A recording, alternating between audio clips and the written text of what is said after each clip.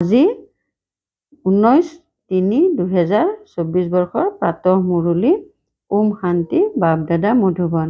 আজি বাবাই কৈছে, মৰমৰ সন্তানসকল, বাৰে বাৰে পিতা আৰু উত্তৰাধিকাৰক স্মৰণ কৰা। পিতা হৈছে আত্মিক চাৰ্জন। তোমালোকক নিৰোগী কৰি তুলিবলৈ এটাই দৰৱ দিয়ে। সন্তানসকল, মোক স্মৰণ কৰা। প্ৰশ্ন: নিজে নিজৰ সৈতে কেনেকুৱা বাৰ্তালাপ কৰিলে বহুত আমোদ পাবা? উত্তৰ: নিজে নিজৰ সৈতে বাৰ্তালাপ কৰা। এই দুচকুৰে যি দেখিবলৈ পাওঁ এয়াতো সকলো নাশ হৈ যাব। বছ, আমি আৰু বাবাহে থাকিমগৈ। মৰমৰ বাবাই আমাক স্বৰ্গৰ মালিক কৰি তোলে। এনেকুৱা কথা পাতা, একান্তত গুচি যোৱা, তেতিয়া বহুত আমোদ পাবা। ওম শান্তি। পৰমপিতা শিৱ ভগৱানে কয়, মৰমৰ সন্তানসকলে পুৰুষোত্তম সংগম যোগক খোজে প্ৰতি স্মৃতি ৰাখিব লাগে। এইটো তোমালোক সন্তানসকলে জানা, সেয়াও পুৰুষাৰ্থৰ ক্ৰম অনুসৰি। বুদ্ধিত যাতে এইটো স্মৃতি থাকে যে আমি এতিয়া পুৰুষোত্তম সংগম যুগত পুৰুষোত্তম হৈ গৈ আছো, আৰু এয়া যি ৰাৱণৰ পিঞ্জৰা আছে তাত তাৰ পৰা আমাক মুকলি কৰিবলৈ আহিছে। চৰাইক যেনেকৈ পিঞ্জৰাৰ পৰা মুকলি কৰি দিলে বহুত আনন্দিত হৈ উৰি সুখৰ অনুভৱ কৰে, তোমালোক সন্তানসকলেও জানা এয়া ৰাৱণৰ পিঞ্জৰা। ইয়াত অনেক প্ৰকাৰৰ দুখেই দুখ। এতিয়া পিতা আহিছে এই পিঞ্জৰাৰ পৰা মুকলি কৰিবলৈ। হয়তো মনুষ্যই শাস্ত্ৰবোৰত লিখি দিছে যে দেৱতাসকল আৰু অসুৰৰ যুদ্ধ লাগিল, পাছত দেৱতাসকলৰ জয় হ'ল। এতিয়া যুদ্ধৰতো কোনো কথাই নাই। তোমালোক এতিয়া অসুৰৰ পৰা দেৱতা হৈ আছা। অসুৰ ৰাৱণ অৰ্থাৎ 5 বিকাৰৰ ওপৰত তোমালোক বিজয়ী হোৱা। ৰাৱণ সম্প্ৰদায়ৰ ওপৰত নহয়। 5 বিকাৰকেই ৰাৱণ বুলি কোৱা হয়। বাকী কাৰোবাক জ্বলোৱা আদিৰ কথা নাই। তোমালোক সন্তানসকল বহুত আনন্দিত হোৱা। এতিয়া আমি এনেকুৱা এখন সৃষ্টিলৈ গৈ আছো য'ত অতি গৰমো নাই, অতি ঠাণ্ডাও নাই। সদায় বসন্ত ঋতু বিৰাজ কৰে। সত্যযুগ স্বৰ্গৰ বসন্ত ঋতু এতিয়াহে আহে। এই বসন্ত ঋতুত অলপ সময়ৰ বাবেহে আহে। এই বসন্ত ঋতু আধা কল্পৰ কাৰণে আহে। তাত গৰম নহয়েই। গৰমত মনুষ্যৰ দুখ হয়, মৰিও যায়। এই সকলো দুখৰ পৰা মুক্ত হ'বৰ কাৰণে আমাক অবিনাশী চাৰ্জনে বহুত সহজ দৰৱ দিয়ে। বাকী চাৰ্জনৰ ওচৰলৈ গ'লেতো বহুত দৰৱ আদিৰ নাম ক'ব। ইয়াত এইজন চাৰ্জনৰ ওচৰততো কোনো দৰৱ নাই। তেওঁক কেৱল স্মৰণ কৰিলেই সকলো ৰোগ নিৰাময় হয়। অন্য দৰৱ আদি একো নাই। সন্তানসকলে কৈছিল, আজি আলোচনা চক্ৰ পাতিম খাতিয়ানৰ তালিকা কেনেকৈ লিখিব লাগে, বাবাক কেনেকৈ স্মৰণ কৰিব লাগে, ইয়াৰ ওপৰত আলোচনা চক্ৰ পাতিম।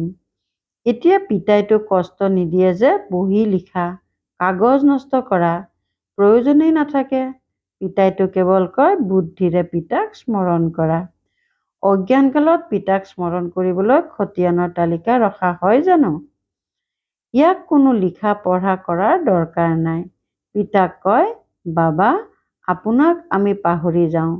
কোনোবাই শুনিলে কি বুলি ক'ব? কোৱাও যে আমি জীৱন্তে পিতাৰ হৈ গৈছো। কিয় হৈছা? পিতাৰ পৰা বিশ্বৰ বাদশ্বাহী উত্তৰাধিকাৰ ল'বলৈ। তেন্তে এনেহেন পিতাক তোমালোকে পাহৰা কিয়? এনেহেন পিতা, যাৰ পৰা ইমান শ্ৰেষ্ঠ উত্তৰাধিকাৰ পোৱা যায়, তেওঁক তোমালোকে স্মৰণ কৰিব নোৱাৰা? কিমানবাৰ তোমালোকে উত্তৰাধিকাৰ লৈছা, তথাপিতো পাহৰি যোৱা। পিতাৰ পৰা উত্তৰাধিকাৰ ল'বলৈ হ'লে তেওঁক স্মৰণ কৰিব লাগে। দৈবী গুণো ধাৰণ কৰিব লাগে। কিনো লিখিব লাগে এয়াতো প্ৰত্যেকে নিজৰ অন্তৰক সোধা। নাৰদৰ দৃষ্টান্ত আছে। নিজে কয় বহুত ডাঙৰ ভক্ত আছিল। তোমালোকেও জানা, জন্ম জন্মান্তৰৰ আমি পুৰণা ভক্ত। আমি মৰমৰ পিতাক স্মৰণ কৰি কিমান আনন্দিত হওঁ। যিয়ে যিমান স্মৰণ কৰে তেওঁৱে লক্ষ্মীনাৰায়ণক বৰণ কৰাৰ লায়ক হ'বগৈ। কোনোবা গৰীবৰ সন্তান গৈ যদি চহকীৰ তুলনীয়া হয় তেতিয়া কিমান আনন্দিত হয়। পিতা আৰু উত্তৰাধিকাৰকে স্মৃতিত ৰাখে। ইয়াতো এনেকুৱা বহুত আছে যিসকলৰ বেহদৰ পিতাৰ সন্তান হৈ বাট চাহি লোৱাৰ বুদ্ধিকণো নাই। আচৰিত কথা, যিগৰাকী পিতাই স্বৰ্গৰ মালিক কৰি তোলে তেওঁক স্মৰণ কৰিব নোৱাৰে, পিতাই সন্তানসকলক তুলি লয়। এনেহেন পিতাক স্মৰণ নকৰা এইটোতো আচৰিত কথা। বাৰে বাৰে পিতা আৰু সম্পত্তিৰ স্মৃতিলৈ আহি থাকিব লাগে। পিতাই কয়, অতিকৈ মৰমৰ কল্পৰ পাছত পুনৰাই লগ পোৱা সন্তানসকল, তোমালোকে আহ্বানেই কৰিছা তুলি ল'বৰ কাৰণে। পিতাক আহ্বান কৰা হয়, পিতাইহে স্বৰ্গ স্থাপনা কৰে, স্বৰ্গৰ উত্তৰাধিকাৰ দিয়ে। তোমালোকে আহ্বানো কৰা, বাবা আমাক পতিতসকলক আহি তুলি লওক। নিজেই কোৱা, আমি পতিত কঙাল, চি চি একোৱেই মূল্য নাই। বেহদৰ পিতাক তোমালোকে ভক্তি মাৰ্গত আহ্বান কৰি থাকা। এতিয়া পিতাই কয়, ভক্তি মাৰ্গততো তোমালোকৰ ইমান দুখ নাছিল, এতিয়া মনুষ্যৰ কিমান দুখ। পিতা আহিছে, তেন্তে নিশ্চয় বিনাশৰো সময় হ'ব। তোমালোকে জানা এই যুদ্ধৰ পাছত আকৌ কিমান জন্ম, কিমান বছৰলৈ যুদ্ধৰ কোনো নামেই নাথাকিব। কেতিয়াও যুদ্ধ নালাগিবই, কোনো দুখ ৰোগ আদিৰো নাম নাথাকিব। এতিয়াতো কিমান অনেক বেমাৰ। পিতাই কয়, মৰমৰ সন্তানসকল, মই তোমালোকক সকলো দুখৰ পৰা মুক্ত কৰি দিম। তোমালোকে স্মৰণেই কৰা, হে ভগৱান আহি দুখ হৰণ কৰক, সুখ শান্তি দিয়ক। এই দুটা বস্তু সকলোৱে বিচাৰে। ইয়াত হৈছে অশান্তি। শান্তিৰ কাৰণে যিসকলে ৰায় দিয়ে তেওঁলোকে পুৰস্কাৰ লাভ কৰি থাকে। বেচেৰাহঁতে এইটো গম নাপায় যে শান্তি কাক কোৱা হয়। শান্তিটো মৰমৰ পিতাৰ বাহিৰে অন্য কাৰো দ্বাৰ পাব নোৱাৰে। তোমালোকে বুজাবলৈ কিমান পৰিশ্ৰম কৰা, তথাপি বুজিয়েই নাপায়। তোমালোকে চৰকাৰলৈকো লিখিব পাৰা, মিছাতে কিয় টকা পইচা অপচয় কৰে। শান্তিৰ সাগৰটো এজনেই পিতা, তেওঁৱেই বিশ্বত শান্তি স্থাপনা কৰে। চৰকাৰৰ মুখ্য বিষয়াসকলক ধুনীয়া কাগজত বহুত মাৰ্জিতভাৱে চিঠি লিখিব লাগে। ভাল কাগজ দেখিলে ভাবিব এইখন চাগৈ কোনোবা ডাঙৰ ব্যক্তিৰ চিঠি। কোৱা, আপোনালোকে বিশ্বত যি শান্তিৰ কথা কয় সেয়া পূৰ্বে কেতিয়া আছিল, যি আকৌ সেই ধৰণেই হ'ব। নিশ্চয় কেতিয়াবা আছিল। তোমালোকে জানা, তোমালোকে তিথি তাৰিখ সকলো উল্লেখ কৰিব পাৰা। পিতাহে আহি বিশ্বত শান্তি সুখ স্থাপনা কৰিছিল। সেয়া সত্য যুগৰ সময় আছিল। এই লক্ষ্মীনাৰায়ণ হৈছে সেই ৰাজবংশৰ চিন। ব্ৰহ্মা আৰু তোমালোক ব্ৰাহ্মণসকলৰ ভূমিকাৰ বিষয়ে কোনেও গম নাপায়। মুখ্য ভূমিকাটো ব্ৰহ্মাৰ নহয় জানো? তেওঁৱেই ৰথ হয়, যিখন ৰথৰ দ্বাৰা পিতাই ইমান কাৰ্য কৰে। নামেই হৈছে পদমাপদম ভাগ্যশালী ৰথ। বিচাৰ কৰা কেনেকৈ কাৰোবাক বুজাওঁ, মনুষ্যৰ কিমান নিচা থাকে। এতিয়া তোমালোকে পিতাৰহে পৰিচয় দিব লাগে। জ্ঞানটো কেৱল জ্ঞান সাগৰ পিতাৰহে আছে। তেওঁ যেতিয়া আহিব তেতিয়াহে দিব, তেতিয়ালৈকে জ্ঞানটো কোনেও দিব নোৱাৰে। ভক্তিটো সকলো ভক্তই কৰিয়েই থাকে, জ্ঞান একমাত্ৰ পিতাইহে দিয়ে। জ্ঞানৰ কোনো স্থায়ী কিতাপ লিখা নহয়, জ্ঞানটো কাণেৰেহে শুনিবলগীয়া হয়। তোমালোকে এয়া যি কিতাপ আদি ৰাখা সেয়া সকলো খন্তেকীয়া। এই সকলো নাশ হৈ যাব। তোমালোকে যি টোকা লিখা সেয়াও নাশ হৈ যাব। এয়া কেৱল নিজৰ পুৰুষাৰ্থৰ কাৰণে। পিতাই কয়, সাৰ কথাবোৰৰ তালিকা উলিওৱা, তেতিয়া স্মৃতিলৈ আহিব। কিন্তু এয়াতো জানা যে এই কিতাপ আদি একোৱেই নাথাকিবগৈ। তোমালোকৰ বুদ্ধিত কেৱল স্মৃতিহে যাবগৈ। আত্মা একেবাৰে পিতাৰ সমান ভৰপূৰ হৈ যায়। বাকী যি পুৰণি বস্তু এই দুচকুৰে দেখিবলৈ পোৱা সেয়াও নাশ হৈ যাব। অন্তিমত একোৱেই নাথাকিবগৈ। পিতা হৈছে অবিনাশী স্বৰ্জন, আত্মাও অবিনাশী এটা শৰীৰ এৰি আন এটা ল'ব লাগে। দিনে প্ৰতিদিনে যি শৰীৰ পোৱা যায় সেয়া শ্ৰী শ্ৰী শৰীৰেই পোৱা যায়। এতিয়া তোমালোক সন্তানসকলে জানা আমি শ্ৰেষ্ঠাচাৰী হৈ আছো। পিতায়ে শ্ৰেষ্ঠাচাৰী কৰি তোলে। সাধু সন্ত আদিয়ে জানো শ্ৰেষ্ঠাচাৰী কৰি তোলে? পিতাই তোমালোকক শ্ৰেষ্ঠাচাৰী কৰি তোলে। পিতাই কয়, মৰমৰ সন্তানসকল, মই তোমালোকক মোৰ নয়নত বহুৱাই লৈ যাম। আত্মায়ো ইয়াত নয়নত বহে। পিতাই কয়, হে আত্মাসকল, তোমালোক সকলোকে ভৰপূৰ কৰি লৈ যাম। বাকী অলপ সময় আছে, এতিয়া যত্ন কৰা। নিজক অন্তৰক সোধা, মই মৰমৰ বাবাক কিমান স্মৰণ কৰোঁ। হিৰঞ্জাৰ পাঞ্জাৱৰ এটি প্ৰেম কাহিনীৰ চৰিত্ৰ। বিকাৰৰ বাবে প্ৰেম নাছিল, শাৰীৰিক প্ৰেম আছিল। স্মৰণ কৰিছিল আৰু সন্মুখত আহি গৈছিল। দুয়ো পৰস্পৰ মিলিত হৈছিল। পিতাই কয়, তোমালোকো এনেকুৱা হোৱা। সেয়া হৈছে এটা জন্মৰ প্ৰেমিক প্ৰেমিকা আৰু তোমালোক হৈছা জন্ম জন্মান্তৰৰ। এনেকুৱা কথাবোৰ এই সময়তে হয়। প্ৰেমিক প্ৰেমিকা শব্দবোৰো স্বৰ্গত নাথাকে। তেওঁলোকো পবিত্ৰ হৈ থাকে। মনত খেয়াল আহে, সন্মুখত দেখিলে আৰু আনন্দিত হৈ গ'ল। তোমালোকে সন্তানসকলেতো চাবলগীয়া একো বস্তুই নাই। এই সময়ত তোমালোকে কেৱল নিজক আত্মা বুলি বুজা আৰু প্ৰেমিক পিতাক স্মৰণ কৰা। আত্মা বুলি বুজা পিতাক বৰ আনন্দেৰে স্মৰণ কৰিব লাগে। পিতাই বুজাই থাকে, ভক্তি মাৰ্গত তোমালোক এনেকুৱা প্ৰেমিকা আছিলা, প্ৰেমিকাৰ প্ৰতি উৎসৰ্গিত হৈছিলা। আপুনি আহিলে আমি আপোনাৰ প্ৰতি উৎসৰ্গিত হৈ যাম।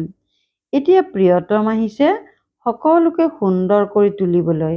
যি যেনেকুৱা তেওঁ তেনেকুৱা কৰি তুলিবলৈ চেষ্টা কৰে। তোমালোক আত্মাসকল সুন্দৰ হৈ গ'লে তেতিয়া শৰীৰো সুন্দৰ হৈ যাব। আত্মাতেই খাদ পৰে। এতিয়া তোমালোকে মোক স্মৰণ কৰা, তেতিয়া খাদ আঁতৰি যাব। তোমালোক সন্তানসকল ইয়ালৈ আহা। একান্ত অৱস্থা বহুত ভাল। খ্ৰীষ্টিয়ান যাজকসকলেও যেতিয়া গমন কৰে তেতিয়া একেবাৰে শান্ত হৈ থাকে। হাতত মালা থাকে, কাৰোফালে নাচায়, ধীৰে ধীৰে গৈ থাকে।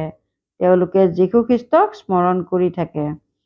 পিতাকতো নাজানেই, মোৰ কাৰণেতো কৈ দিয়ে নাম ৰূপৰ পৰা উপৰাম। এতিয়া বিন্দুকনো দেখিব কেনেকৈ? বিন্দুক কেনেকৈ স্মৰণ কৰিব? কোনেও গম নাপায়। তোমালোকে এতিয়া গম পাইছা, সেইকাৰণে তোমালোক ইয়ালৈ আহা। মধুবনৰতো গায়ন আছে। এয়া হৈছে সঁচা মধুবন, যলৈ তোমালোক আহা।